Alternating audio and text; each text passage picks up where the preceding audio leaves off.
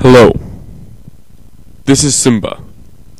You may know me from the film and musical The Lion King, but what you may not realize is how much The Lion King parallels a great work in history.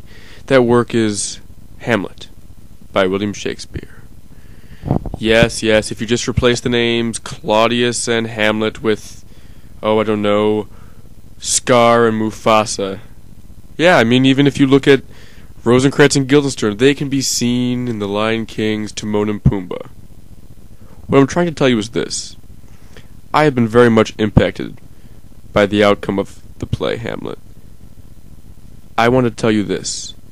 The most important scene, perhaps, in the entire play, Act 3, Scene 4, needs to be looked at, very specially.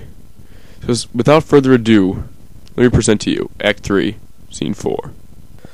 Okay, and I'll just hide behind here, and we will be all set, no problema. Now, Mother, what's the matter? Hamlet, thou hast thy father much offended. Mother, you have my father much offended. Come, you answer with an idle tongue. Go, you question with a wicked tongue. Why, how now, Hamlet? What's the matter now? Have you forgot me? No, by the rood, not so. You are the queen, your husband's brother's wife, and, would it were not so, you are my mother. Nay, then I'll set those to you that can speak. Come, and sit you down, you shall not budge. You go not till I set you up a glass where you may see the inmost part of you. What wilt thou do? Thou wilt not murder me? Help, ho! What, ho? Help! How now? A rat? Dead for a ducat, dead! I'll just kill him with my baseball bat, which I was conveniently hiding under my shirt. Oh, I'm slain! Oh me, what hast thou done? Nay, I know not. Is it the king? Oh, what a rash and bloody deed is this! A bloody deed. Almost as bad, good mother, as kill a king and marry with his brother. As kill a king? Aye, lady, it was my word. Thou wretched, rash, intruding fool, farewell. I took thee for thy better. Take thy fortune. Thou find'st to be too busy is some danger. Leave wringing of your hands. Peace, sit you down, and let me wring your heart. For so I shall, if it be made of penetrable stuff, if damned custom have not brazed it so that it be proof and bulwark against sense. What have I done that thou darest wag thy tongue in noise so rude against me? Such an act that blurs the grace and blush of modesty, calls virtue hypocrite, takes off the rose from the fair forehead of innocent love, and sets a blister there. Makes marriage vows as false as dicers' oaths. Oh, such a deed as from the body of contraction plucks the very soul, and sweet religion makes a rhapsody of words. Heaven's face does glow o'er this solidity, and compound mass with heated visage, as against the doom, is thought sick at the act. Ay me, what act that roars so loud and thunders in the index? Look here upon this picture, and on this, the counterfeit presentment of two brothers. See what a grace was seated on this brow. Hyperion's curls. Yes, that's Hyperion. The front of Jove himself. Okay, thank you for the graphics there. And I, like Mars's. Oh, come on, that's not even the right image, guys. Thank you. Thanks. And I, like Mars's, to threaten and command. A station like the herald Mercury. Oh, come on, no, not the planet. No, not the element. Okay, thank you.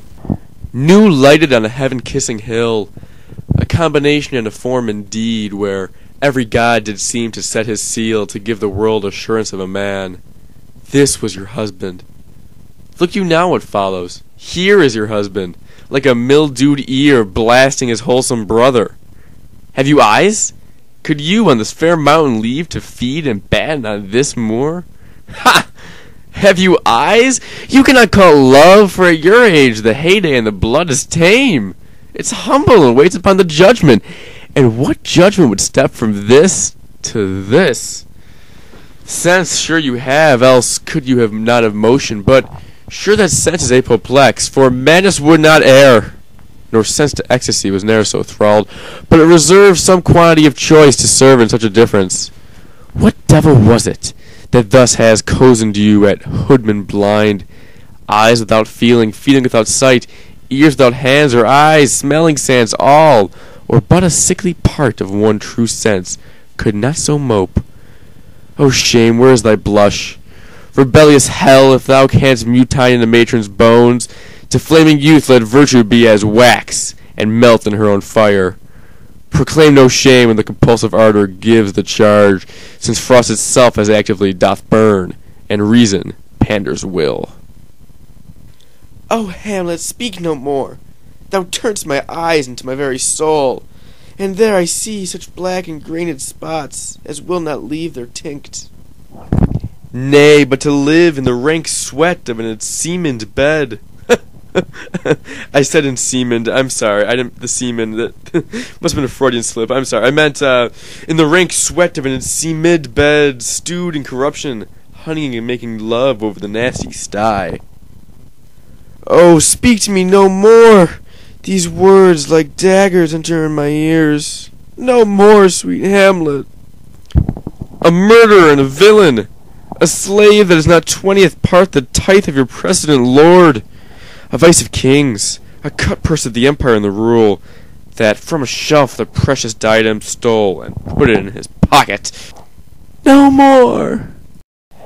A king of shreds and patches. Ah! Is that my father? As a panda? Save me and hover over me with your wings, you heavenly guards. What would your gracious figure?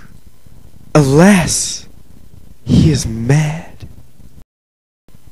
And thus concludes the part of the scene I want to focus on. They all lived happily ever after. Wait, not really. Hamlet, Hamlet, Hamlet. This was the story of Hamlet, with a panda, a lion, a Care Bear, and an ogre. But it was Hamlet nonetheless. It was Hamlet nonetheless. It was Hamlet, Hamlet, Hamlet.